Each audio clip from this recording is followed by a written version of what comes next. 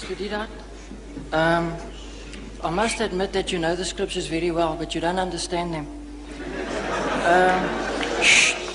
Mr. Deedat, I don't proclaim to have to answer your questions, but I would like you to explain two questions. I'd like you to explain two issues, to me. And that is the first one, when Peter walked on the water to Jesus, then he sunk into the water. Jesus stooped down to help him, and then when they both got into the boat, according to the Bible, it says that they worshipped him in categorical English.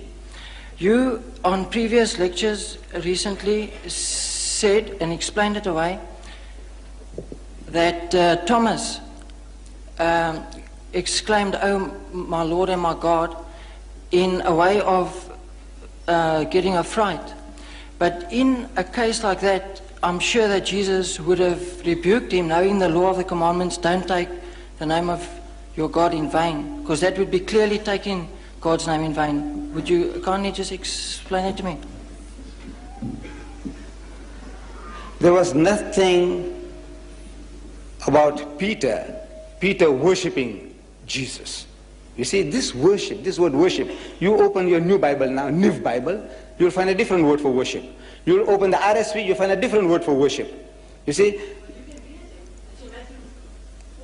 Right, but what are the alternative, what are the synonyms used for worship? And everyone is worship. Right. Now to the Jew, if the Jew worshipped Jesus, you see, that means all the disciples were worshipping him. If Peter worshipped him, then all the other disciples likewise must be worshipping him, because Peter was the leader of the disciples.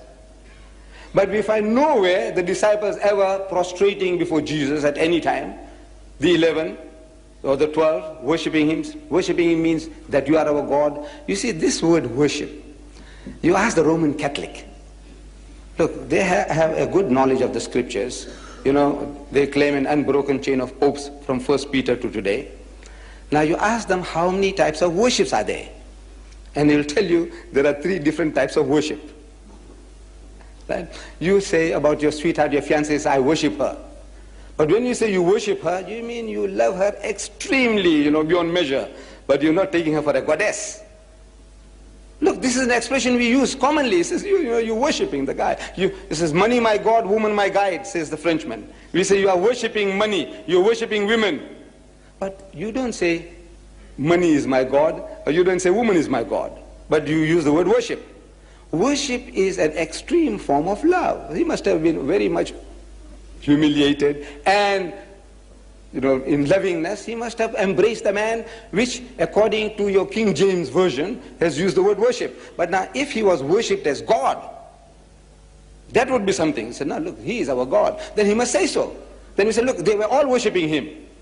But at no time do we hear that they ever worshipped him as a people instead of worshipping God. He's telling you, come, worship God, the Father in heaven. He's the only God. He's the real God. No time did he say, I am God, worship me. Did he? At any time, if he said, look, I am God. Yes, you can answer that. If he said, if he said, I am God, this is the claim I made, I think. No good. You see, I made a claim, very simple, straightforward. If you can show me in your Bible any version where Jesus says, I am God, or where he says, worship me. Simple English I'm speaking. Where he says, I am God, I said, I'm prepared to accept him as God. If he says, worship me, I'm prepared to worship him.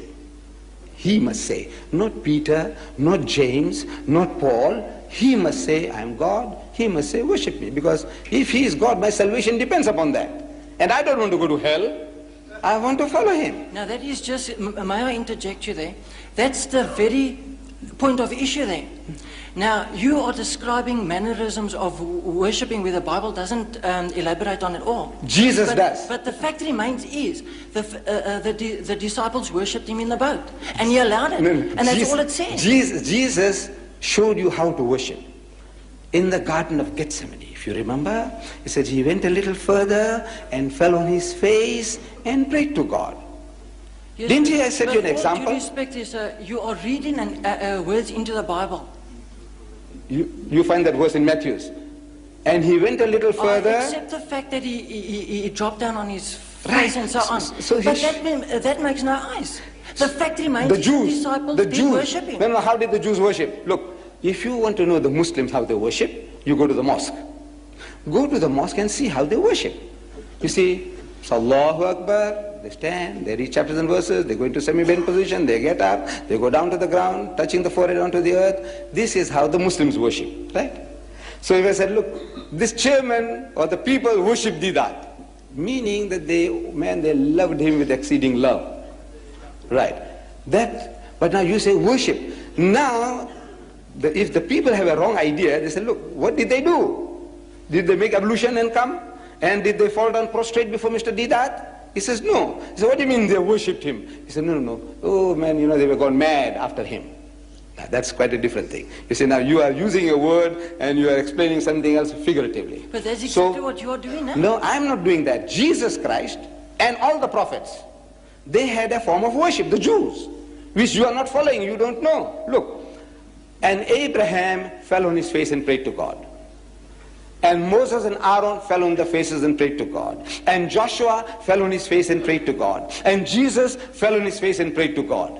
Look, everybody falling on their faces and praying. What is this? This is the way you worship God. Fall on your face and pray.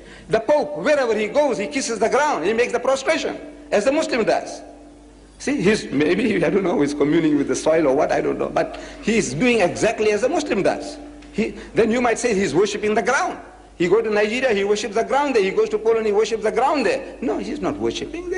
He's showing some kind of humility, respect, maybe. But now, Moses, this is how he did it. Jesus did it. Abraham did it. Joshua did it. But you don't do it. So you have your own idea about worship.